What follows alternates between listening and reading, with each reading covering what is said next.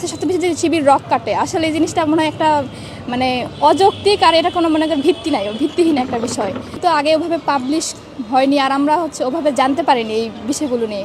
আর শিবির সম্পর্কে আসলে একটা বিষয় সবচেয়ে বেশি মানে জনগণের কাছে সবচেয়ে বেশি যে শিবির রক কাটে, আসলে এই জিনিসটা মনে হয় একটা মানে অযৌক্তিক, আর এটা কোনো মনে করেন ভিত্তি নাই, ভিত্তিহীন একটা বিষয়। তো আমরা যখন বর্তমানে এই বিষয়গুলো সম্পর্কে জানতে পারছি, তখন আমরা আগ্রহী আসলে দেখি এই বিষয়টা কেমন। তো তাদের সম্পর্কে জানার পরে মনে হলো যে না, এই বিষয়ে আমাদের একটু একটু বই এগুলো পড়া উচিত, তাদের সম্পর্কে জানা উচিত। বাংলাদেশ ইসলামী ছাত্র শিবিরের যে প্রকাশনাগুলো রয়েছে, চমৎকার প্রকাশনা। তাদের নববর্ষ 2025 সালের যে ক্যালেন্ডারগুলো রয়েছে, 3 পাতা ক্যালেন্ডার, 1 পাতা ক্যালেন্ডার, ডায়েরি সহ সব কিছু, ছোট বড়, এবং বিভিন্ন যে বইগুলো, তাদের বিজ্ঞানসম্মত যেসব বইগুলো রয়েছে, তাদের রিপোর্ট বই, সব কিছুই খুব চমৎকার। এই চমৎকার আয়োজন করার জন্য তাদেরকে ধন্যবাদ জানাচ্ছি। শিবির অন্যান্য সংগঠনের চেয়ে একটু ব্যতিক্রমধর্মী সংগঠন। এটা আমাদের কাছে খুব বেশি অনুসরণীয়, গ্রহণযোগ্য।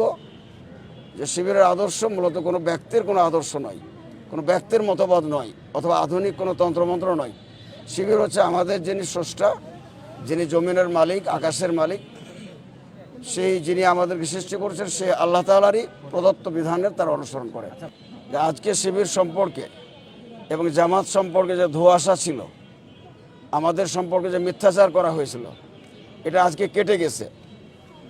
আল্লাহ তাআলাই আমাদের সামনে তাদের মিথ্যাচার, তাদের বিভ্রান্তিকর বক্তব্য সব কিছুকে একেবারে মেশাকার করে দিয়েছেন আল্লাহ তাআলা, ধূলিসাৎ করে দিয়েছেন আল্লাহ তাআলা। এটা আল্লাহ তাআলার শুকরিয়া।